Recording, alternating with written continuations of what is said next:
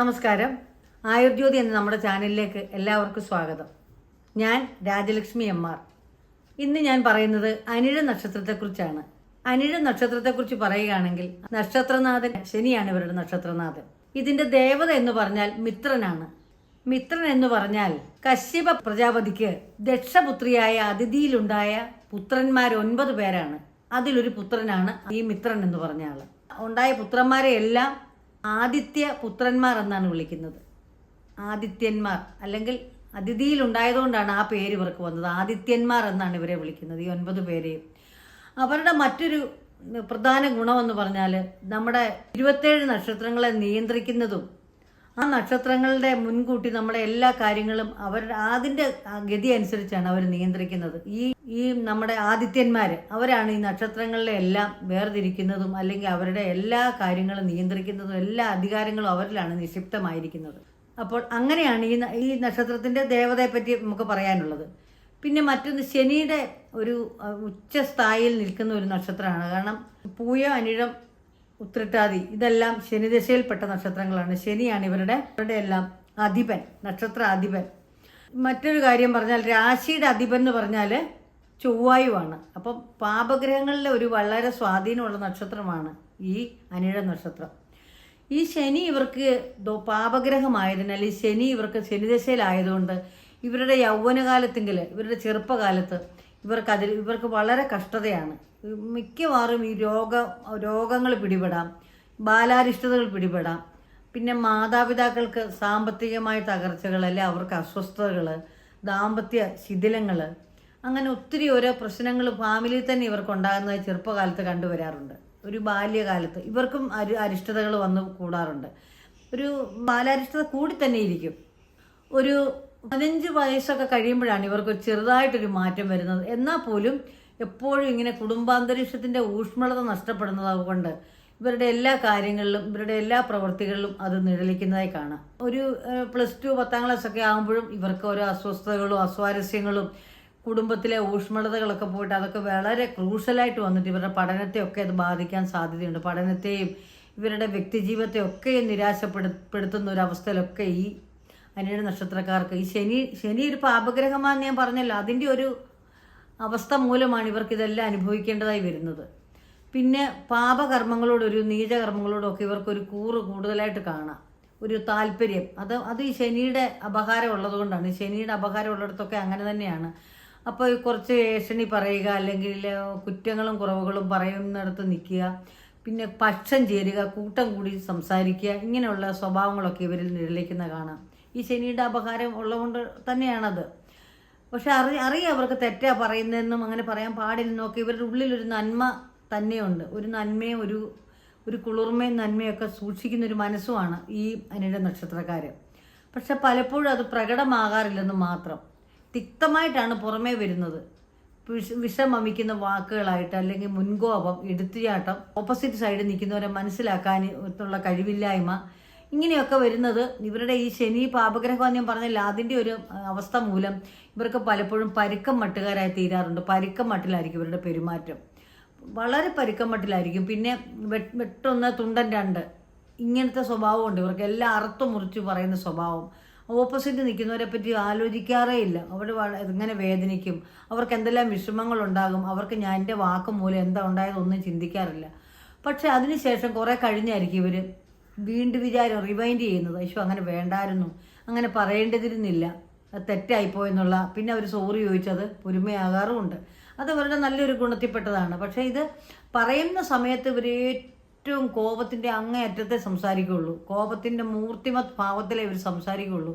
പലപ്പോഴും ഇവരുടെ കുടുംബജീവിതത്തിലും ഇവരുടെ വ്യക്തിജീവിതത്തിലും ഒക്കെ പ്രശ്നങ്ങൾ ഉണ്ടാക്കാറുമുണ്ട്. പിന്നെ ഈ മറ്റുള്ളവരുടെ, ഞാൻ പറഞ്ഞില്ല, ഈ മറ്റുള്ളവരുടെ കൂട്ടം കൂടി പറയുക, അല്ല മറ്റുള്ളവരുടെ കുറ്റങ്ങളും കുറവുകളും കണ്ടുപിടിക്കുക, അതിങ്ങനെ പറയുകയൊക്കെ ചെയ്യുന്നത് മുഖാന്തരം ഇവർക്ക് ഒരുപാട് ശത്രുക്കളെ ഉണ്ടാകാറുണ്ട്. കൂടുതലും മിത്രങ്ങളെ കഴിഞ്ഞും കൂടുതൽ ശത്രുക്കളാണ് ഇവർക്ക് ഉണ്ടാകാറുള്ളത്. പക്ഷെ പിന്നെ ഒരു കാര്യം എടുത്തു പറയത്തക്ക ഒരു ഗുണമെന്ന് പറഞ്ഞാൽ ഒത്തിരി സുഹൃത്തുക്കൾ ചുറ്റും കാണും. കാരണം സുഹൃത്തുക്കളുടെ കണ്ണുനീരൊപ്പും, സുഹൃത്തുക്കളുടെ ആട്ടെ, ബന്ധുജനങ്ങളുടെ ആട്ടെ, സമൂഹത്തിൽ ഏത് മേഖല ചെന്നാലും ഇവർ 1ാം സ്ഥാനം വഹിക്കും. എല്ലാവരുടെയും ഒരു നോട്ടപ്പുള്ളിയായിട്ടിരിക്കും. കാര്യം അത്രയും പേരിൽ ഇവർ മികച്ച് തന്നെ നിൽക്കും. ആ പെരുമാറ്റത്തിലാണ് ഏറ്റവും നല്ല ക്വാളിറ്റി. ഒരു പബ്ലിക്കിൻ്റെ മുന്നിൽ ചെന്നാൽ എങ്ങനെ പെരുമാറണമെന്ന് അനിഴങ്കാരെ നോക്കിയാൽ മതി. അനിഴംകാർ വളരെ ഓരോ തട്ടിലുള്ളവരോട് അതാത് തട്ടിൽ തന്നെ മുതിർന്നവരോട് ഗൗരവത്തിൽ, കൊച്ചു പിള്ളേരോട് നിഷ്കളങ്കമായിട്ട്, യുവാക്കളോട് ആ രീതിയിൽ, അങ്ങനെ യുവതികളോട് ആ രീതിയിൽ, അങ്ങനെ ഓരോ തട്ടിലുള്ളവരോടും ഏത് ഭാവത്തിൽ പെരുമാറണമെന്ന് അനിഴംകാരെ മാത്രം നോക്കി പഠിച്ചാൽ മതി. അവർ ഈ കണ്ട ദുഃഖങ്ങൾ ഹൃദയത്തിലുണ്ട്, ഈ കോപമൊക്കെ ഉള്ളവരാ, ഒക്കെ ശരിയാ. പക്ഷെ ഹൃദയത്തിൻ്റെ അടിത്തട്ടിൽ ഇതെല്ലാം ഒളിപ്പിച്ചിട്ട് നമ്മളോട് പെരുമാറുന്ന രീതി വളരെ മസൃണമായിട്ടായിരിക്കും. എത്ര ദുഃഖിച്ചും കരഞ്ഞും ഇരിക്കുന്ന ഒരു സുഹൃത്ത് ഇവരുടെ അടുത്ത് ചെന്നാൽ ഇവരെ ആശ്വസിപ്പിച്ച് തലോടി അതിൻ്റെ പോംവഴിയും പറഞ്ഞ് അതിൻ്റെ പരിഹാരവും പറഞ്ഞേ അവർ വിടുകയുള്ളൂ. അതുകൊണ്ട് നല്ലൊരു സുഹൃത്ത് വലയം ഇവരുടെ പിന്നാലെ എപ്പോഴും കാണും. നല്ല സുഹൃത്ത് വലയത്തെ നേടുന്ന നക്ഷത്രക്കാർ തന്നെയാണ് അനിഴ നക്ഷത്രക്കാർ. പക്ഷെ ഇങ്ങനെ ആണെന്ന് പറഞ്ഞാലും ചില സന്ദർഭത്തിൽ ഒരു സാഡിസം ഇവരിൽ പ്രകടമാകും. സാഡിസ്റ്റ് സ്വഭാവം അറിയാലോ, സാഡിസ്റ്റ് സ്വഭാവം അറിയാലോ, അന്യരെ വേദനിപ്പിക്കുന്നതിൽ സുഖം കണ്ടെത്തുന്നവർ. ആ ഒരു സ്വഭാവം കൂടെ ഇവരിൽ കാണാം. കുത്തി കുത്തി വേദനിപ്പിക്കും. പക്ഷേ എങ്കിലും അങ്ങനെ ഉണ്ടെങ്കിൽ പോലും അങ്ങനെ ഈ ചൊവ്വായ ഇവരുടെ രാശിനാഥൻ ചൊവ്വായത് മുഖാന്തരമാണ് അങ്ങനെ സംഭവിക്കുന്നത്. ഇങ്ങനെ ഈ പരുക്കം മട്ടും ഈ അന്യരെ വേദനിപ്പിക്കുന്നതിലൊക്കെ സാഡിസവും സുഖവും ഒക്കെ കണ്ടെത്തുന്നത്.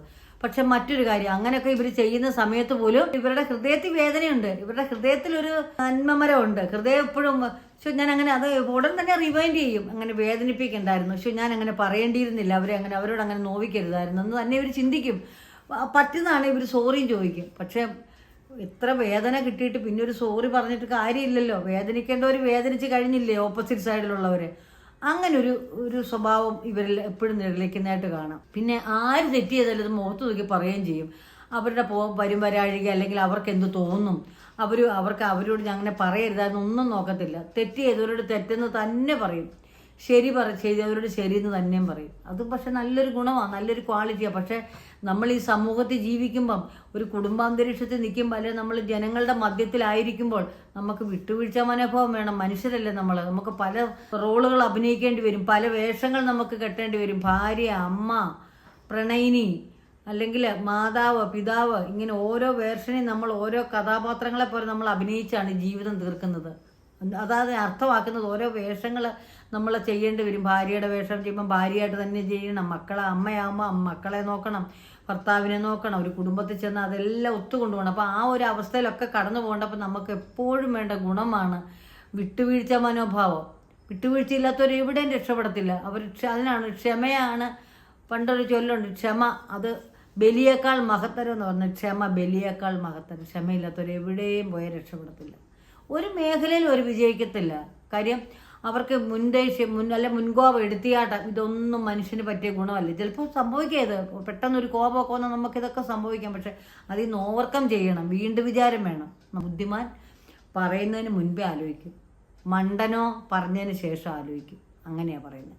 നമ്മുടെ മനസ്സിലിട്ടൊന്ന് മതിച്ച് നോക്കിയിട്ട് നമ്മൾ പുറത്തോട്ട് വിടാവുള്ള വാക്കുകൾ, അവരിൽ എന്ത് മറുപടി വരുമെന്ന് ഓർത്ത് പറഞ്ഞു കഴിഞ്ഞിട്ട് വായി വീണ വാക്കും എറിഞ്ഞ കമ്പും ഒരുപോലെ അത് പോയി, കയ്യിൽ നിന്ന് പോയി. അപ്പം അങ്ങനെ വരാതിരിക്കാനാണ് ഞാൻ പറഞ്ഞത്. എപ്പോഴും നമ്മൾ വീണ്ടും വിചാരത്തോടെ ഏത് കാര്യങ്ങളും ചെയ്താൽ നമുക്ക് സൂക്ഷിച്ചാൽ ദുഃഖിക്കേണ്ടെന്നാണ് പറയുന്നത്. സൂക്ഷിച്ചാൽ ദുഃഖിക്കേണ്ട. വളരെ അതുപോലെ ഏറ്റവും കടിഞ്ഞാനിട്ട് സൂക്ഷിക്കേണ്ട നമ്മുടെ ശരീരത്തിലെ ഏറ്റവും വലിയ അവയവമാണ് നാവ്. നാവിന് മറ്റൊരു പര്യായം കൂടെ ഉണ്ട്, വൻകാട് കത്തിക്കുമെന്നാണ് പറയുന്നത്. വൻകാട് കത്തിക്കുമെന്ന്. കാരണം ഒരാളെ മരണത്തിലേക്ക് വിടാനും ഒരാളെ ജീവിതത്തിലേക്ക് തിരിച്ചു കൊണ്ടുവരാനും ഈ നാവിന് കഴിവുണ്ട്. ഈ സന്ദർഭത്തിൽ ഈ നക്ഷത്രക്കാരോട് എനിക്ക് പറയാനുള്ളത്, എപ്പോഴും നാവിന് കടിഞ്ഞാനിട്ട് തന്നെ നിൽക്കണം. കാര്യം എത്ര സ്നേഹിക്കുന്നവരോട് ഇങ്ങനെ കോപം, വിഷം വമിക്കുന്ന വാക്കുകൾ വിട്ടിട്ട് പിന്നെ കുറെ പരിതപിച്ചിട്ട് കാര്യമില്ലല്ലോ. അപ്പോൾ അതുകൊണ്ട് അനിഴംകാർക്ക് ഇച്ചിരി മുൻകോപം കൂടുതലുള്ളവർ തന്നെയാണ്. അതുകൊണ്ടാണ് ഞാൻ നിങ്ങളോട് എടുത്തെടുത്ത് ഈ കാര്യങ്ങൾ പറഞ്ഞത്. നിങ്ങൾക്ക് ധർമ്മം, അർത്ഥം, കാമം, മോക്ഷം 4 തരം പുരുഷാർത്ഥങ്ങളെയാണ് നമ്മൾ സൂചിപ്പിക്കുന്നത്. 4 പുരുഷാർത്ഥങ്ങളും നന്നായിട്ട് പൂർത്തിയാക്കുന്നവർ തന്നെയാണ് അനിഴ നക്ഷത്രക്കാർ. ധർമ്മമെന്ന് പറഞ്ഞാൽ നീതി, ന്യായം. അർത്ഥമെന്ന് പറഞ്ഞാൽ പണം, പ്രതാപം. കാമമെന്ന് പറഞ്ഞാൽ വൈകാരിക മേഖലകൾ. മോക്ഷമെന്ന് പറഞ്ഞാൽ ഒരു മനുഷ്യൻ മരിച്ചിട്ട് മോക്ഷം കിട്ടിയാണ് നമ്മൾ പോകുന്നത്. നമ്മുടെ ആത്മാവിന് മോക്ഷം കിട്ടിയത്തേക്ക് പോകുന്നത്. മോക്ഷം കിട്ടിപ്പോകാന്ന് പറഞ്ഞാൽ റിലീസായി പോവുക ആത്മാവിന്. മോക്ഷം മീൻസ് നല്ല പുണ്യമായ റിലീസിങ് ആയിരിക്കും, പുണ്യമായ മോക്ഷത്തോടുകൂടി പോവുക. ഈ ഹൈന്ദവ പുരാണം അനുസരിച്ച് ആത്മാക്കൾക്ക് ഈ ഇഹലോകത്തിലും പരലോകത്തിലും മോക്ഷം കിട്ടണം. അതിനുവേണ്ടിയാണ് നമ്മളെപ്പോഴും പിതൃകർമ്മങ്ങൾ, പിതൃതർപ്പണങ്ങൾ, ബലി ഇത്യാദികളൊക്കെ നമ്മൾ ആചരിക്കുന്നത്. ഹൈന്ദവ പുരാണത്തിൽ അതിന് വളരെ നമ്മൾ ഹിന്ദുക്കളായിട്ടുള്ളൊരു ഏറ്റവും കൂടുതൽ നമ്മളൊരു പ്രാമുഖ്യം കൊടുക്കുന്ന ഒരു കാര്യം തന്നെയാണ് ഈ ബലികർമ്മങ്ങൾ. കാര്യങ്ങൾ മോക്ഷപ്രാപ്തിയെ പറ്റിയാണ് ഞാനിവിടെ ഉദ്ദേശിച്ചത്. അങ്ങനെ അങ്ങനെയുള്ള കാര്യങ്ങളൊക്കെ ഇത്രയും കാര്യങ്ങൾ ഇത്രയും അനുഭവിക്കുന്ന ഇത്ര 4 കാര്യങ്ങളും അനുഭവിക്കുന്ന ഒരു നക്ഷത്രം വേറെ ഇല്ലെന്ന് തന്നെ പറയാം. 27 നക്ഷത്രത്തിൽ ഒരു മഹാനക്ഷത്രം തന്നെയാണ്. ദൈവിക ജ്ഞാനന്മാരും ദൈവജ്ഞന്മാരും എല്ലാം പറയുന്നത്, പണ്ഡിതന്മാരും ഒക്കെ പറയുന്നത് ഇത്രയും നല്ലൊരു മഹാനക്ഷത്രം ഈ 27 നക്ഷത്രത്തിലില്ല എന്ന് തന്നെ പറയാം. ഏത് കാര്യത്തിലും ഏതുതരം ജോലിയിലും ഒന്നാമതായിട്ടെത്താൻ നല്ല മിടുക്കുള്ളവരാണ്. ബിസിനസ്സിനാവട്ടെ, അല്ലെങ്കിൽ ദാസ്യപ്പണിക്ക് ആകട്ടെ, അല്ലെങ്കിൽ ഏറ്റവും ഉയർന്ന മുന്തിയ ജോലികളാകട്ടെ, കലക്ടർ ആവട്ടെ, എഞ്ചിനീയർ ആവട്ടെ, ഭൃത്യന്മാരാവട്ടെ, ഹോം നേഴ്സ് ആകട്ടെ, ഇങ്ങനെ ഏത് തരം മേഖലയിൽ ഏത് ജോലിക്ക് ഇവർ ചെന്നാലും ഇവർ 1ാം സ്ഥാനം നേടിയെടുക്കും. കാര്യം കൈക്കരുത്തും മനക്കരുത്തും ഇതുപോലെ ഉള്ള ഒരു നക്ഷത്രം തന്നെ ഇല്ലെന്ന് പറയാം. ഈ അനിഴ നക്ഷത്രത്തിൽപ്പെട്ട സ്ത്രീകൾ എന്ന് പറഞ്ഞാൽ ഭയങ്കര തൻ്റെടികളായിരിക്കും. ഏത് കാര്യം തൻ്റെ ഇടത്തോടെ ചെയ്യും. ഊഷ്മളമാകേണ്ടടുത്ത് ഊഷ്മളമാകും, കഠോരമാകേണ്ടടുത്ത് കഠോരമാകും. ഏത് അവസ്ഥയിലും ഇങ്ങനെ മാറിയും മറിഞ്ഞും വന്നുകൊണ്ടിരിക്കും. ഈ കഠിനമായ വാക്ക് പറയുന്ന നാൾ തന്നെയാണ് ഈ ഊഷ്മളമായ വാക്കുകൊണ്ട് നമ്മളെ തേൻ പുരട്ടിയ വാക്കുകൊണ്ട് ഈ തലോടുന്നതെന്ന് നമ്മൾ ആലോചിക്കും. ഇവരുടെ കഠിന വാക്കുകൾ കേൾക്കുമ്പോൾ നമ്മളങ്ങ് പിടഞ്ഞ് വീഴാൻ നമുക്ക് തോന്നും. അയ്യോ എന്ത് ചെയ്യും, ഞാൻ എങ്ങനെ ഇതിനെ പിടിച്ചു നിൽക്കും. ഒരു കുടുംബജീവിതത്തിലാണെങ്കിലും ഇവരെ സഹിക്കുന്ന ഭർത്താവാണെങ്കിലും ഇവരെ തിരിച്ച് സഹിക്കുന്ന ഭാര്യയാണെങ്കിലും ഓർക്കും ഇതുപോലെ ഒരാളെയാണല്ലോ എനിക്ക് ഭാര്യയായിട്ട് കിട്ടിയാലും എനിക്ക് ഭർത്താവായിട്ട് കിട്ടിയെന്ന് ഓർത്ത് അവർ അസ്വസ്ഥരാകും. പക്ഷെ അടുത്ത നിമിഷം തേൻ പുരട്ടിയ വാക്കുമായിട്ട് ഇവരെത്തും. അങ്ങനെ ഏതു തരം വ്യവസ്ഥകളോടും ഏതുതരം അടിസ്ഥാനങ്ങളോടും ഇവർക്ക് മാറി മറിഞ്ഞ് നിൽക്കാൻ ഒരു മനക്കരുത്തും കൈക്കരുത്തും ഉള്ളവർ തന്നെയാണ് ഈ അനിഴ നക്ഷത്രക്കാർ. ഏത് തരം അവസ്ഥയിൽ ഇവർ ആ നല്ലതേത് ചീത്ത ഏതെന്ന് അവർക്ക് നമുക്ക് വിവക്ഷിച്ചറിയാൻ പറ്റത്തില്ല. ഇവരുടെ ഇവരിലെ ആരാണെന്ന് നമുക്കറിയില്ല. ഇതാണോ അവരെന്ന് നമ്മളെപ്പോഴും ഇങ്ങനെ കൺഫ്യൂഷൻ ആയിക്കൊണ്ടിരിക്കും. ഇവരുടെ കുടുംബാംഗങ്ങളെല്ലാം നല്ലതേത് ചീത്ത ഏതെന്നില്ല, ഏത് സമയം സ്വഭാവം മാറുന്നത് നമുക്കറിയാനും പറ്റത്തില്ല. അത് ഇവരുടെ കുടുംബജീവിതത്തിൽ ഏറ്റവും അടുത്ത ഇവരുടെ ഭാര്യ, അല്ലെങ്കിൽ പുരുഷനാണെങ്കിൽ ഇവരുടെ ഭാര്യ, ഇവരുടെ മക്കൾ, ആണേലും ഇവരുടെ കുടുംബാംഗങ്ങൾ മാത്രമേ ഇവരുടെ യഥാർത്ഥ സ്വഭാവം മനസ്സിലാവുള്ളൂ. ഇതൊന്ന വ്യക്തിത്വങ്ങളാണ് ഇവർ. ഹൃദയത്തിൽ മറ്റൊരു വ്യക്തി, പുറമേ മറ്റൊരു വ്യക്തി. ഒരിക്കലും ഇവരുടെ സ്വഭാവം ഏതെന്ന് ഇവർക്ക് പോലും പിടികിട്ടത്തില്ല. ഇവർക്ക് പോലും ജീവിതാവസാനം വരെ ഞങ്ങൾ ആരാ, ഞങ്ങൾ എന്താ ഇങ്ങനെയെന്ന് തന്നെ ഇവരും ആലോചിച്ച് സമയം കളയുന്ന വ്യക്തിത്വങ്ങൾ തന്നെയാണ്. അങ്ങനെ പറയേണ്ടിയിരുന്നില്ലെന്നൊക്കെ ആലോചിക്കും. പക്ഷെ എന്നാലും ഉള്ളിലെപ്പോഴും ഒരു മനുഷ്യരോട് കോപമോ പകയോ ഉണ്ടായത് അത് പറഞ്ഞു തീർത്തിട്ടേ ഇവർക്ക് സമാധാനമുള്ളൂ. പിന്നത്തേക്ക് ഇവർ വെക്കത്തില്ല. അറ്റ് ദ മൂമെന്റിൽ ഇവർക്കത് റിയലൈസ് ചെയ്യണം. സത്യമാണേലും കൊള്ളാം, കള്ളമാണേലും കൊള്ളാം, ഏഷണി എന്ത് കാര്യമായാലും അവർ അപ്പം ചോദിച്ച് സമാധാനമാകാതെ അവരിയ്ക്കത്തില്ല. അതേപോലെ തന്നെ ഒരു കാര്യം പറയരുതെന്ന് പറഞ്ഞ് ഇവരെ പറഞ്ഞേൽപ്പിച്ച ഒരു 100 പേരോടെങ്കിലും ഇവർ ആ കാര്യം പറഞ്ഞിരിക്കും. അങ്ങനെ ഒരു സ്വഭാവം ഇവർക്കുണ്ട്. കാര്യം ഇവർക്ക് ഈ ശനിയുടെ പാപദോഷം ഉള്ളതുകൊണ്ടാണ് ഇവരിങ്ങനെ കാണിക്കുന്നത്, ഈ സ്വഭാവ ഗുണം കാണിക്കുന്നത്. ഒരു രഹസ്യം പറയരുതെന്നും പറഞ്ഞ് നമ്മളോട് ഇവർ പറഞ്ഞാൽ ഇവർ പറയില്ലെന്നൊക്കെ പറയും നമ്മളോട്. പക്ഷെ ഇവർ 100 പേരോട് പറയും. അങ്ങനത്തെ ഒരു സ്വഭാവം ഇവർ നിഴലിക്കുന്ന കാണാം. പിന്നെ അല്പസ്വല്പം കള്ളം പറയുന്ന സ്വഭാവം, അല്പസ്വല്പം ഏഷണി, അങ്ങനെ ഞാൻ പറഞ്ഞില്ല, അങ്ങനത്തെ ചില കാര്യങ്ങളൊക്കെ ഈ പാപ സ്വഭാവങ്ങൾ എന്തൊക്കെയാണ് അതിനോട് കുറച്ചൊരു താല്പര്യം ഇവർ കാണിക്കുന്നത് കണ്ടുവരാറുണ്ട്. അത് ഈ ശനിയുടെ മൗഢ്യത ഉള്ളതുകൊണ്ടാണ്. ശനിയുടെ മൗഢ്യത ഉള്ളപ്പോൾ നമുക്ക് ഇങ്ങനെയൊക്കെ കാണിക്കും. പിന്നെ ചൊവ്വയുടെ നീചരാശി ചൊവ്വയുണ്ട്. അപ്പോൾ അതുകൊണ്ട് അങ്ങനെയുള്ളതുകൊണ്ട് ഈ പരുക്കം മട്ടും ഈ ക്രൂര സ്വഭാവങ്ങളും ഇങ്ങനെയുള്ള സ്വഭാവങ്ങളൊക്കെ കാണിക്കുന്നതായും കണ്ടുവരാറുണ്ട്. അനിഴ നക്ഷത്രത്തിന് വരാറുണ്ട്. പിന്നെ ഇവർ മക്കളെ കൊണ്ടും ഭർത്താവിനെ കൊണ്ടും ഒക്കെ നല്ല സുഖാനുഭവങ്ങളുണ്ടാകും. ധാരാളം ആസ്തികൾ വന്നു ചേരും. ആസ്തികൾ ഇഷ്ടം പോലെ ഇവർക്ക് ഉണ്ടാവുകയും ചെയ്യും. ഇപ്പം ഈ അനുഭവിക്കുന്ന ദുഃഖത്തിനൊക്കെ ഇപ്പം നിങ്ങൾ ഏത് അവസ്ഥയിലാണോ ആ അവസ്ഥയിൽ എനിക്കിപ്പോൾ അറിഞ്ഞുകൂടാ. അങ്ങനെ ഞാൻ പൊതുവായിട്ട് സ്വഭാവമല്ല പറയുന്നത്. 4 പാദങ്ങൾക്ക് വ്യത്യസ്തമായിരിക്കും നിങ്ങളുടെ അവസ്ഥകൾ. അതാണ് ഞാൻ അങ്ങനെ പറഞ്ഞത്. ഇപ്പോൾ ഞാൻ സംസാരിക്കുമ്പോൾ തന്നെ നിങ്ങൾ വിചാരിക്കും ഞങ്ങൾക്ക് ഈ സുഖങ്ങളൊന്നും കിട്ടിയിട്ടില്ലല്ലോ, ഞങ്ങൾക്ക് ഈ ധനധാന്യങ്ങളൊന്നും കിട്ടിയിട്ടില്ലല്ലോ എന്നൊക്കെ നിങ്ങളും വിചാരിക്കും. അത് സത്യമാണ്. പക്ഷേങ്കിൽ ഒരു 38-40 വയസ്സിനോട് ചേർന്നാണ് നിങ്ങൾക്കൊരു നല്ല കാലം എന്ന് പറയുന്നത്. ഒരു മധ്യവയസ്കരാകുമ്പോഴാണ് ശരിക്കും പറഞ്ഞാൽ നിങ്ങൾക്കൊരു നല്ല കാലം കിട്ടാൻ തുടങ്ങുന്നത്. എന്നുവെച്ചാൽ ആ നല്ല കാലത്തിനിടയ്ക്കും ചീത്ത സമയങ്ങൾ ഇങ്ങനെ വന്ന് മാറി മറിഞ്ഞും പോകും. കാരണം ഈ തിരമാല മാതിരിയാണ് ഈ സുഖദുഃഖങ്ങൾ നിങ്ങളെ ചുറ്റിപ്പറ്റി നിൽക്കുന്നതും പോകുന്നതും. പക്ഷെങ്കിൽ എന്തായാലും ഒരു 40 വയസ്സിന് ശേഷം ഒരു നല്ല സമയം നിങ്ങൾക്കുണ്ടാകും. ഒരു 10-15 കൊല്ലത്തോളം ഉണ്ടാവും.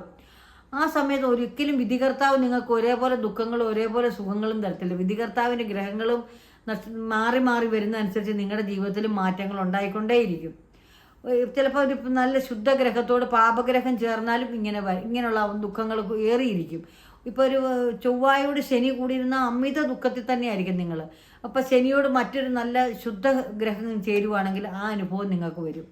പിന്നെ ഈ ഗ്രഹങ്ങളിൽ തന്നെ നമുക്ക് സ്ത്രീ ഗ്രഹമെന്നും പുരുഷ ഗ്രഹമെന്നും നപുംസ ഗ്രഹമെന്നും ഉണ്ട്. അപ്പം നപുംസക ഗ്രഹത്തിൽപ്പെട്ടതാണ് ശനി.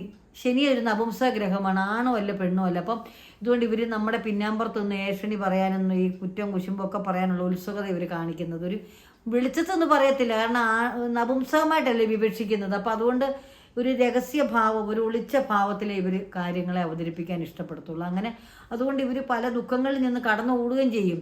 ഇങ്ങനെ അന്യരുടെ കുറ്റങ്ങളും കുറവുകളൊക്കെ കണ്ടുപിടിച്ച് പറഞ്ഞിട്ട് ഇവർ തന്നെ ഇവർക്ക് വിനയാകുന്നത് പോലെ ഇവർ പല സന്ദർഭത്തിലും ഒറ്റപ്പെടുന്നതും സുഹൃത്തുക്കൾ നഷ്ടപ്പെടുന്നതും ബന്ധുക്കൾ ഇവരിൽ നിന്ന് അകലുന്നതും ഒക്കെ ആയിട്ടും കണ്ടുവരാറുണ്ട്. അതുകൊണ്ട് തന്നെ നിങ്ങൾ സ്വയം തിരുത്തി തന്നെ പിന്മാറണമെന്നാണ് എനിക്ക് നിങ്ങളോട് പറയാനുള്ളത്. പിന്നെ അപ്പോൾ അതുകൊണ്ട് നിങ്ങൾ ഈ ശനിയുടെ അപഹാരം നിങ്ങൾക്ക് എപ്പോഴും ഉണ്ടെന്ന് ഞാൻ പറഞ്ഞല്ലോ. അപ്പോൾ അതുകൊണ്ട് നിങ്ങൾ കൂടുതലായി ശനീശ്വരനെ പ്രാർത്ഥിക്കുക. ഓം ശനീശ്വരായ നമ എന്ന് ജപിക്കുക. പിന്നെ നവഗ്രഹങ്ങളുള്ള ക്ഷേത്രത്തിൽ നിങ്ങൾ പോയിട്ട് പ്രാർത്ഥന ശനിക്ക് വേണ്ടി ചെയ്യുന്നത് നല്ലതാണ്. തലേദിവസം തന്നെ നോയമ്പ് നിങ്ങൾ ആരംഭിക്കണം. വെള്ളിയാഴ്ച തന്നെ നോയമ്പ് ആരംഭിക്കണം. ശനിയാഴ്ചത്തേക്കല്ല നിങ്ങൾ അമ്പലത്തിൽ പോകുന്നത്. അപ്പം വെള്ളിയാഴ്ച രാത്രി തൊട്ടേ നിങ്ങൾ ഈ ശുദ്ധവൃത്തിയോടെ ഇരിക്കണം. മത്സ്യമാംസങ്ങളും പഴയ സാധനങ്ങളൊന്നും കഴിക്കരുത്.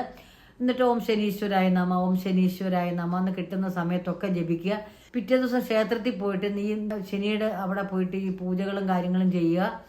എന്നിട്ട് ക്ഷേത്രത്തിൽ തന്നെ ഇരുന്ന് നാമം ജപിക്കുക. നീരാഞ്ജനം കത്തി തീരുന്നിടം വരെ അവിടെ ഇരുന്ന് നാമം ജപിക്കുക. ശാസ്താവിൻ്റെ അടുത്ത് പോയാലും ഇത് ചെയ്യാം, ശനീശ്വരൻ്റെ അടുത്ത് പോയാലും നിങ്ങൾക്ക് ഈ കാര്യങ്ങൾ ചെയ്യാം. അപ്പം ശനീശ്വര മന്ത്രം ജപിക്കുക, ശനീശ്വരൻ്റെ ക്ഷേത്രത്തിൽ ഇരുന്ന് പ്രാർത്ഥിക്കുക. അവിടെ ആ പ്രാർത്ഥന മുഴുവൻ ഒരു 101 ഉരു ജപിച്ചിട്ടേ അവിടുന്ന് പോരാവുള്ളൂ. 101 ഉരുവോ അല്ല 108 ഉരുവോ ജപിച്ചിട്ടേ അവിടുന്ന് പോരാവുള്ളൂ. എന്നിട്ട് പിന്നെ വീട്ടിൽ വന്നാലും നിങ്ങൾ ആ നോയമ്പ് മുറിക്കരുത്. പിറ്റേ ദിവസം ഞായറാഴ്ചയെ നിങ്ങൾക്ക് ആ നോയമ്പ് വീടാവുള്ളൂ.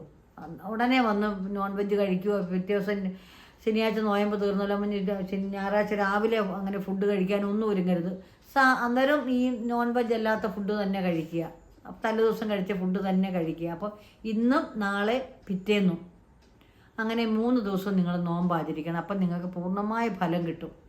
ഭഗവാൻ നിങ്ങളെ പൂർണ്ണമായും അനുഗ്രഹിക്കും. അതുപോലെ നിങ്ങൾക്ക് ഏറ്റവും ഭാഗ്യം തരുന്ന കളറുകളെന്ന് പറഞ്ഞാൽ കറുപ്പ്, കരിനീല ഒക്കെ നല്ല കടും ചുവപ്പ്, ഇതൊക്കെ നിങ്ങൾക്ക് ഭാഗ്യം തരുന്ന വസ്ത്രങ്ങളാണ്. ഒരു ഇൻ്റർവ്യൂവിന് പോവുക, അല്ലെങ്കിൽ ഒരു പ്രധാന കാര്യങ്ങൾക്കൊക്കെ പോവുക, അങ്ങനെയുള്ള കാര്യങ്ങൾക്ക് ഈ നിറങ്ങൾ ഉപയോഗിക്കാൻ നല്ലതാണ്. നിങ്ങളുടെ മേശവിരി, നിങ്ങളുടെ ബെഡ്ഷീറ്റ്, നിങ്ങളുടെ കാറ്, വാഹനങ്ങൾക്കൊക്കെ ഈ കളർ ഉപയോഗിക്കുന്നത് നിങ്ങൾക്ക് ഭാഗ്യം തന്നെ തരുന്നതാണ്. പിന്നെ മറ്റൊന്ന് നിങ്ങൾക്ക് പറയാനുള്ളത്, നിങ്ങൾ ശാസ്താവിനെ കൂടുതലായും ഭജിക്കുക. ശാസ്താവിൻ്റെ ക്ഷേത്രത്തിൽ പോയിട്ട് നീരാഞ്ജനം കഴിപ്പിക്കുക. ശനീശ്വരൻ്റെ ക്ഷേത്രത്തിൽ പോയി പ്രാർത്ഥിക്കുക. ഓം ശനീശ്വരായ എന്ന് പ്രാർത്ഥിക്കുക. മറ്റൊന്ന് പറയാനുള്ള ഓം ശനീശ്വരായ നമാന്ന് ചൊല്ലുന്നതോടൊപ്പം തന്നെ ഓം നമശിവായ എന്ന് ചൊല്ലാം. പരമശിവന് നിങ്ങൾ ധാര സൂക്ത പുഷ്പാഞ്ജലി കഴിപ്പിക്കുക. പുഷ്പാഞ്ജലി കഴിപ്പിക്കുന്നതിനൊപ്പം അവിടുന്ന് പുണ്യാഹം മേടിച്ച് വീടുകളിൽ കൊണ്ട് തളിക്കുന്നത് നിങ്ങൾക്ക് നല്ലതാണ്. നിങ്ങളുടെ വീടൊക്കെ ഒന്ന് വൃത്തിയാക്കി പരിസരവും വീടും ഒക്കെ ശുചിയാക്കിയിട്ട് ക്ഷേത്രത്തിൽ നിന്ന് കൊണ്ടുവന്ന ഭഗവാനെ കുളിപ്പിച്ച വെള്ളമല്ലേ തീർത്ഥം, ആ തീർത്ഥം വാങ്ങിക്കൊണ്ടുവന്ന് ശനിയാഴ്ച തോറും നിങ്ങളുടെ വീടും ഭവനങ്ങളും വൃത്തിയാക്കുന്നത് നല്ലതാണ്. അഷ്ടഗന്ധം ഉപയോഗിച്ച് നിങ്ങളുടെ വീടും പരിസരവും പുകയ്ക്കുന്നതും നിങ്ങൾക്ക് നല്ലതാണ്. ആ ശനിയുടെ അപഹാരം ഒന്ന് മാറിയിട്ട് ഒരു നമ്മുടെ ഫ്രഷ് എയർ ആകും, അന്തരീക്ഷം ഒന്ന് നല്ല എനർജൈസ്ഡ് ആകും, അന്തരീക്ഷം ഒന്ന് പോസിറ്റീവ് ആകും. അതും നിങ്ങൾക്ക് ചെയ്യുന്ന നല്ലതാണ്. എന്നിട്ട് ഭക്ഷണം കഴിക്കുവാൻ ഒന്ന് കഴിഞ്ഞ് വന്നിട്ടേ ഭക്ഷണം കഴിക്കാവുള്ളൂ. കഴിക്കുന്ന ഭക്ഷണം സ്വാത്വിക ഭക്ഷണമായിരിക്കണം. നോൺ വെജ് ഒന്നും കഴിക്കരുത്. അശുദ്ധിയുള്ളതിലൊന്നും സ്പർശിക്കുക. പിന്നെ നുണ ഏഷണിയൊന്നും കേൾക്കാൻ പോകരുത്. കൂടുതലായി നിങ്ങൾ ആ ദിവസങ്ങളിൽ മൗനവ്രതം ആചരിക്കുന്നതാണ് നല്ലത്. അപ്പം മനസ്സിൽ തന്നെ അപ്പം നമ്മൾ അനാവശ്യ വർത്തമാനങ്ങളൊക്കെ വരുമ്പോഴല്ലേ നമ്മൾ വായു അശുദ്ധിയാകുന്നത്. അപ്പോൾ അതുകൊണ്ട് തന്നെ ചെയ്യുന്ന മൗനവ്രതത്തോടു കൂടി ഈ നോമ്പ് ആചരിക്കുന്ന നിങ്ങൾക്ക് ഭാഗ്യം വർദ്ധിക്കാൻ നല്ലതാണ്. എന്തെങ്കിലും കാരണത്താൽ നിങ്ങൾക്ക് ഭാഗ്യം തടസ്സപ്പെട്ടു പോയിട്ടുണ്ടെങ്കിൽ ഞാൻ ഈ പറഞ്ഞ കാര്യങ്ങൾ ചെയ്താൽ നിങ്ങൾക്ക് ഭാഗ്യം സിദ്ധിക്കുന്നതാണ്. ആ അനുഗ്രഹത്തിൻ്റെ വഴി തുറക്കുന്നതാണ്. പിന്നെ മറ്റൊന്ന് നിങ്ങളോട് പറയാനുള്ളത്, ഓം മിത്രായ നമ എന്ന് ജപിക്കുക. നിങ്ങളുടെ ദേവത മിത്രനാണ്. അപ്പോൾ അതുകൊണ്ട് മിത്രനെ നിങ്ങൾ ഭജിക്കുക. ഓം മിത്രായ നമ. മിത്രന് മറ്റൊരു ഗുണമുണ്ട് കേട്ടോ. മിത്രനാണ് ഭാഗ്യസൂക്താഞ്ജലിയിലൊക്കെ നമ്മൾ ജപിക്കുന്ന മന്ത്രത്തിലെ ആളാണ് മിത്രൻ. അതായത് ഈ അതിഥി എന്ന് പറഞ്ഞ ശിവ മഹർഷി കല്യാണം കഴിച്ച് ദക്ഷപുത്രിയായ അതിഥിയിലുണ്ടായ മക്കളാണ് ഈ മിത്രനും മറ്റുള്ള മക്കളും. അവരെല്ലാം ആദിത്യന്മാർ എന്നാണ് പറഞ്ഞത്. ദ്വാദശ ആദിത്യന്മാർ എന്നാണ് അവരറിയപ്പെടുന്നത്. അപ്പോൾ അതുകൊണ്ട് ഇവർ ഭാഗ്യം തരുന്ന നക്ഷത്രങ്ങളായതുകൊണ്ട് ഭാഗ്യസൂക്താഞ്ജലിയിൽ നമ്മൾ ജപിക്കുന്ന മന്ത്രം മിത്രൻ്റെയാണ്. അതുകൊണ്ട് ഇവരെ വിട്ടൊരിക്കലും ഭാഗ്യം പോകത്തില്ല. ഭാഗ്യം ഇവർക്ക് എപ്പോഴും അനുഗ്രഹിക്കപ്പെട്ട നക്ഷത്രം തന്നെയായിരിക്കും അനിഴ നക്ഷത്രം. അതുകൊണ്ട് ഭാഗ്യദേവത കടാക്ഷിച്ചൊരു നക്ഷത്രം തന്നെയാണ്, ഒരു മഹാനക്ഷത്രം തന്നെയാണ് ഈ അനിഴ നക്ഷത്രം. മറ്റൊന്നെന്ന് പറഞ്ഞാൽ 9 നക്ഷത്രങ്ങൾ ഒരു കൂട്ടായ്മയായിട്ടും ഇത് കാണപ്പെടുന്നുണ്ട്. നവഗ്രഹങ്ങളുടെ കൂട്ടായ്മ, അതും അനിഴത്തിൻ്റെ ഒരു മേന്മ തന്നെയാണ്. 35 വയസ്സൊക്കെ കഴിയുമ്പോൾ ഇവർക്കൊരു മാനസികമായിട്ട് വ്യഥ വന്നുകൂടാം. സാമ്പത്തിക തകർച്ച വരാം, ബന്ധുക്കളകന്നു പോകാം, സുഹൃത്തുക്കളകന്നു പോകാം. ഇവരാകെ സ്ട്രെസ്സിലാകുന്ന ഒരു സമയമാണത്. ആ സമയത്ത് ഒരു വാഹനത്തിൽ, ബിസിനസ്സിൽ ഒക്കെയും പൈസ ഇറക്കുന്ന കാര്യത്തിലൊക്കെ ശ്രദ്ധിക്കണം. എപ്പോഴും അറിയുന്ന ജ്യോതിഷികളെ കൊണ്ടല്ല, അറിയുന്ന ദൈവജ്ഞരെ കൊണ്ട് ഈ കാര്യങ്ങൾ നോക്കുകയും സമയങ്ങൾ നോക്കുകയൊക്കെ ചെയ്യുന്നവർക്ക് ഏറ്റവും ഉത്തമമായിരിക്കും. അറിയാതെ ഓരോ ആപത്തിൽ ചെന്ന് ഇവർ പെടാൻ സാധ്യതയുണ്ട്. കാരണം സാമ്പത്തികമായിട്ടൊക്കെ ഉള്ള കാര്യങ്ങൾ, പൈസ കൊടുക്കവാങ്ങലൊക്കെ ഇവർ പറ്റിക്കപ്പെടും, ചതിക്കപ്പെടും. അപ്പോൾ അതുകൊണ്ട് ആ 35-40 വയസ്സിനിടയ്ക്ക് ആ സമയത്ത് ഇവർ സാമ്പത്തികമായിട്ടുള്ള കാര്യങ്ങൾ അല്ലെങ്കിൽ വ്യക്തിബന്ധങ്ങൾ പുലർത്തുന്നതിലുള്ള ഗുണങ്ങൾ ഇതൊക്കെ ശ്രദ്ധിക്കണം. അല്ലെങ്കിൽ ഓരോ ആപത്തിലും അനർത്ഥങ്ങളിലും ചെന്ന് പെടും. കാരണം ഇവർക്ക് ചീത്ത സമയമായിട്ടാണ് കണ്ടുവരുന്നത്. ഇലക്ട്രിസിറ്റി, ഈ വാഹനങ്ങൾ ഒക്കെ ഇവർ ശ്രദ്ധിക്കണം. സ്ത്രീകളാണെങ്കിൽ ഗ്യാസ് ഉപയോഗിക്കുന്ന രീതി, അടുക്കളയിൽ ഓരോ കാര്യങ്ങൾ ഉപയോഗിക്കുന്ന തീയുമായിട്ട് ഇടപെടുന്ന രീതികളൊക്കെ വളരെ സൂക്ഷിച്ചും കണ്ടും ചെയ്യേണ്ടതാണ്. വാഹനത്തിൽ എപ്പോഴും സൂക്ഷിച്ച് തന്നെ ഒന്ന് പ്രാർത്ഥനയോടെ വാഹനത്തിലേക്കും കയറാവുള്ളൂ. എപ്പോഴും അങ്ങനെ എല്ലാ കാര്യത്തിലും ഒരു ശ്രദ്ധയും ഒരു അടുക്കും ചിട്ടി ഒരു ശ്രദ്ധയും നിങ്ങൾക്ക് ആവശ്യമാണ്. അല്ലെങ്കിൽ അറിയാതെ അനർത്ഥങ്ങൾ വരുത്തി വയ്ക്കേണ്ട അവസ്ഥയും വരും. അതുപോലെ പേരുദോഷം കേൾക്കാനിടയുണ്ട്. നിങ്ങൾ മനസ്സുപോലും അറിയാത്ത കാര്യത്തിന് പുരുഷന്മാർ അനാവശ്യമായ പേരുദോഷങ്ങൾ കേൾക്കാൻ സാധ്യതയുണ്ട്. നിങ്ങൾക്ക് പിന്നെ കുടുംബജീവിതത്തിലൊക്കെ അത് ബാധിക്കാൻ സാധ്യതയുണ്ട്. അതുകൊണ്ട് ആ ഒരു ബന്ധങ്ങളൊക്കെ പുരുഷന്മാരായിട്ടുള്ള ബന്ധങ്ങൾ, സ്ത്രീയാണെങ്കിൽ പുരുഷനോടും പുരുഷനാണെങ്കിൽ സ്ത്രീകളോടുമുള്ള ബന്ധത്തിനകത്ത് എപ്പോഴും നിങ്ങൾ ഒരു ശ്രദ്ധ വയ്ക്കുന്നത് നിങ്ങൾക്ക് നല്ലതാണ്. നിങ്ങൾ അനാവശ്യമായിട്ട് വെറുതെ മനപ്രയാസത്തിൻ്റെ അവസ്ഥ നിങ്ങൾക്ക് ഉണ്ടാകേണ്ടതായി വരും. അന്നപാനീയങ്ങളോട് വളരെ താല്പര്യം കാണിക്കുന്നവരായിരിക്കും ഈ നക്ഷത്രക്കാർ. എപ്പോഴും കുറച്ച് മറ്റുള്ളവരെ അപേക്ഷിച്ച് വിശപ്പും ദാഹമൊക്കെ കൂടുതലായിട്ട് തന്നെ കാണിക്കുന്നവരായിരിക്കും. അപ്പോൾ ഒരു രുചിയുള്ള ഭക്ഷണങ്ങളോട് താല്പര്യമുണ്ട്. നക്ഷത്ര പക്ഷി കാക്കയാണ്. കാക്ക അറിയാമല്ലോ, കാക്കയുടെ സ്വഭാവം. പരിസരങ്ങളും ഇരിക്കുന്നിടം എല്ലാം നല്ല വീറും വൃത്തിയായിട്ട് സൂക്ഷിക്കുന്നതാണ് കാക്ക. അതേപോലെ തന്നെയാണ് ഇവരുടെ സ്വഭാവം. ഇവരെപ്പോഴും നല്ല വീറും വൃത്തിയും അടുക്കും ചിട്ടയും ശുചിത്വബോധം ഇച്ചിരി കൂടുതലായിരിക്കും. പക്ഷേ ഇവരുടെ വീട്ടിലുള്ള മറ്റംഗങ്ങൾ ഇവരുടെ അനുസരണശീലം അനുസരിക്കാത്തവരാണെങ്കിൽ ഇവർ വളരെ കോപിഷ്ഠരാകുന്നത് കാണാം, വളരെ കോപിക്കുന്നത് കാണാം.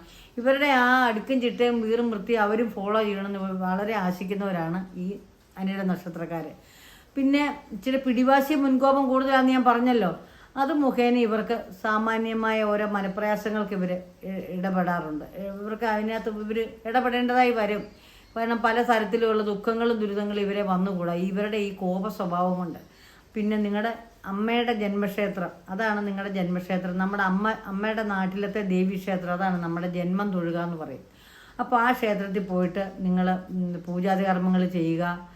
ദേവിക്ക് ചുവന്ന ചെത്തിപ്പൂമാല കൊടുക്കുക, അല്ലെങ്കിൽ കുറേ ചെത്തിപ്പൂ വാങ്ങിക്കൊടുത്താലും മതി.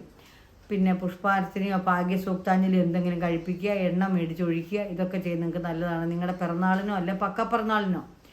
പിന്നെ ശാസ്താവിന് ഞാൻ പറഞ്ഞല്ലോ, ശാസ്താവിന് നീരാഞ്ജനം കഴിപ്പിക്കുക. ശനീശ്വരനെ പ്രാർത്ഥിക്കുക. അവിടെ പോയി നാമം ജപിച്ചിരിക്കുക. അതിന് നവഗ്രഹത്തിൽ ശനിക്ക് എന്തെങ്കിലും ആവശ്യമായ പൂജകൾ നിങ്ങൾ ചെയ്യുമ്പോൾ നിങ്ങൾ ശനീശ്വരായ നമ എന്ന് ജപിക്കുന്നത് നല്ലതാണ്. നിങ്ങൾ വീട്ടിലായാലും രാത്രി കിടക്കുന്നതിന് മുൻപോടിയായിട്ട് ഒരു 108 പ്രാവശ്യം ഓം ശനീശ്വരായ നമ എന്ന് ജപിക്കുന്നത് നല്ലതാണ്. ഓം മിത്രായ നമ എന്ന് ജപിക്കുന്നത് നല്ലതാണ്. ഓം നമശിവായ എന്ന ശിവപഞ്ചാക്ഷരി മന്ത്രം ജപിക്കുന്നത് നല്ലതാണ്. ഇങ്ങനെയൊക്കെ നിങ്ങൾക്ക് നിങ്ങളുടെ അനുഗ്രഹത്തെ കൂടുതലായി വർദ്ധിപ്പിക്കാനേ നിങ്ങൾക്ക് കഴിയും. എല്ലാവിധ നന്മകളും ഭാഗ്യങ്ങളും നിങ്ങൾക്കുണ്ടാവട്ടെ. ആയുസ്സും ആരോഗ്യങ്ങളും എല്ലാം നിങ്ങൾ ധാരാളമേ ഭഗവാൻ അനുഗ്രഹിക്കട്ടെ എന്ന് പ്രാർത്ഥിച്ചുകൊണ്ട് അടുത്ത ദിവസം തൃക്കേട്ട നക്ഷത്രമായി നമുക്ക് കാണാം. അതുവരെ നന്ദി, നമസ്കാരം.